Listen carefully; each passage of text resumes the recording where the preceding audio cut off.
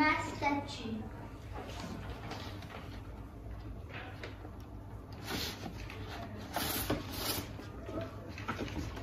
C'est l'histoire du gardien de la Statue de la Liberté. C'est un homme qui adore la statue. Sa maison est située tout près de la statue sur Liberty Island. Le seul problème est qu'il supporte de moins en moins les touristes qui viennent du monde entier pour admirer sa statue. Ils sont trop nombreux, ils parlent trop fort, dans des langues incompréhensibles. Oh, elle est belle. Oh, ona es piękna. Wow, oh, inna jamila. Ah, qué bella. Oh, ella es muy bonita. Bref, il serait tellement plus heureux sur son île avec sa statue. Un matin, il est réveillé par les touristes arrivés par le premier bateau de la journée. Cela ne lui plaît pas du tout, mais ce qu'il vient lui annoncer lui plaira encore moins. La statue a disparu. Les touristes ne s'inquiétaient pas trop. Sur le bateau, on ne voyait pas la silhouette de la statue. Le nuage et le brouillard matinal devaient la dissimuler. Mais en arrivant sur l'île, ils n'ont qu'une phrase à la bouche. La statue a disparu. Dios en pusiano. Statue disfust. Aeteo and del Wendy Warwell. La statua è scomparsa.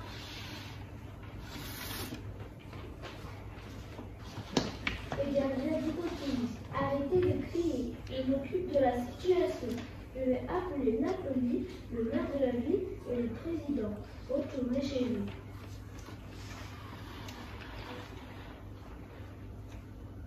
Mais les touristes ne veulent pas quitter l'île, ils veulent comprendre ce qui est arrivé à la statue. A-t-elle été volée? Par qui? Les bandits? Les extraterrestres?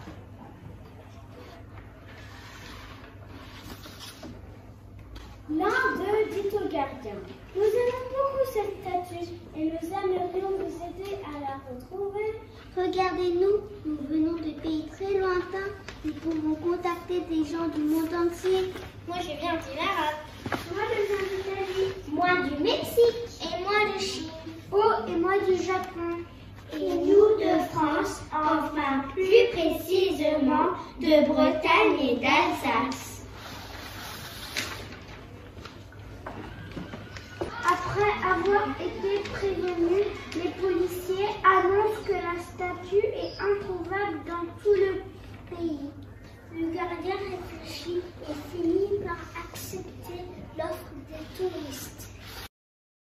Il commence par appeler tous les gens qu'ils connaissent, et puis les gens que leurs amis connaissent dans leur pays, et puis dans d'autres pays. Ils ne relâchent pas leurs efforts. Allô? Halo, moshi moshi. Salam. Cześć. Le gardien se trouve un peu démuni, se dit que lui aussi pourrait téléphoner à ses amis, à sa famille, mais il n'en a pas beaucoup. Cela fait tellement d'années qu'il vit sur son île avec sa statue. Il se souvient malgré tout qu'un de ses neveux vit à Paris, en France. Il peut toujours essayer.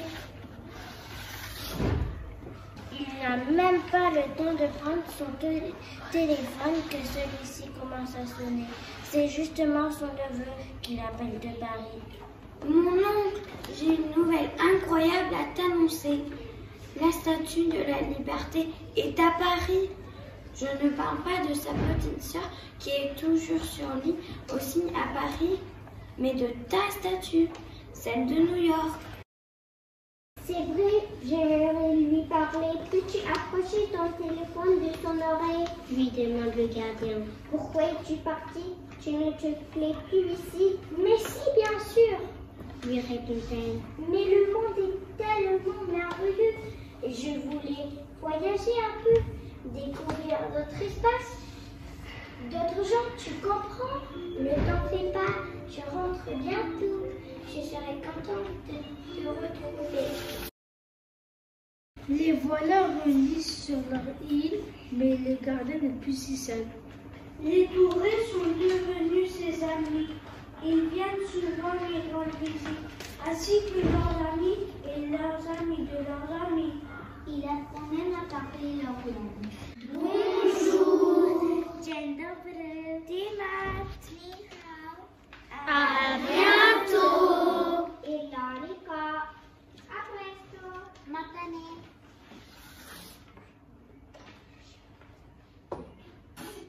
Dame